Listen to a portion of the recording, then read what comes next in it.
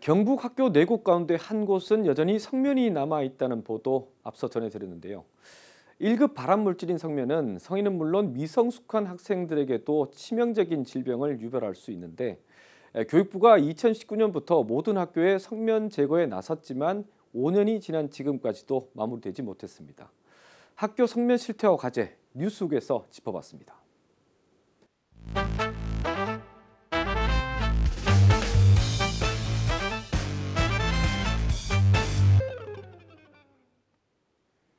지금 뒤로 보이는 게 이른바 성면 천장입니다. 오래된 건물 천장에서 쉽게 찾아볼 수 있는데요. 성면은 불에 타지 않고 단열 효과도 탁월한 데다 부식에도 강하고 가볍기까지 합니다. 이런 다양한 장점들 덕분에 한때 건축 현장에서 널리 쓰였습니다. 세계보건기구 WHO가 성면을 1급 발암물질로 지정하면서 우리나라도 지난 2009년부터 성면 사용을 전면 금지했습니다. 하지만 이전에 지어진 건물에는 여전히 성면이 남아 있습니다. 경북으로 범위를 좁혀봐도 실태는 예사롭지 않습니다. 환경단체가 공개한 자료를 보면 경북 지역 950개 학교 가운데 28%가량인 264곳은 성면 제거가 이루어지지 않았습니다. 지역별로는 학교 수가 적은 울진과 울릉의 경우 절반이 성면을 제거하지 않았고 학교 수가 100개가 넘는 포항과 구미도 10곳 중 3곳은 여전히 성면이 남아 있습니다. 성면의 위험성은 널리 알려져 있습니다.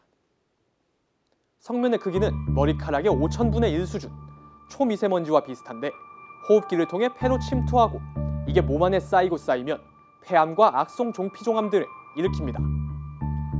2011년 성면 피해 구제법 시행 이후 현재까지 집계된 성면 피해자만 7,900여 명, 이 중 사망자만 2,700여 명에 달합니다.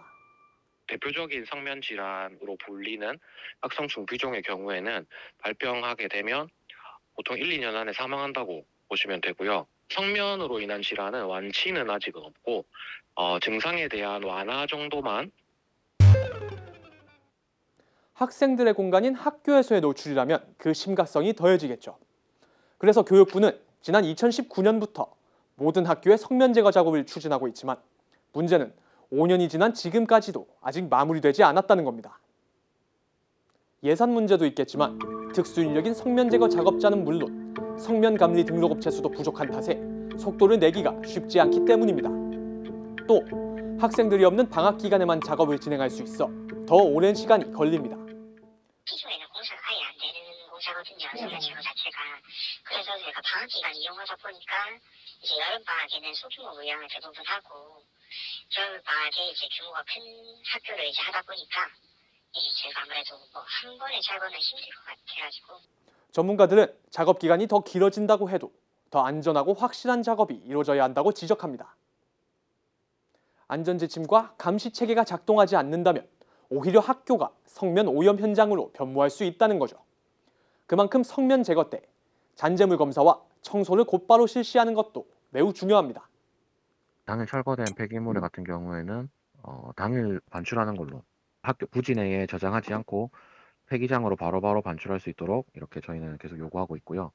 한편 환경부는 성면의 잠복기를 고려했을 때 2045년에 성면 환자 수가 가장 많을 것으로 예상하고 있습니다. 제거 작업과 더불어 성면 환자들을 위한 대책 마련도 이뤄져야 한다는 목소리가 커지고 있습니다. 지금까지 뉴스욱이었습니다.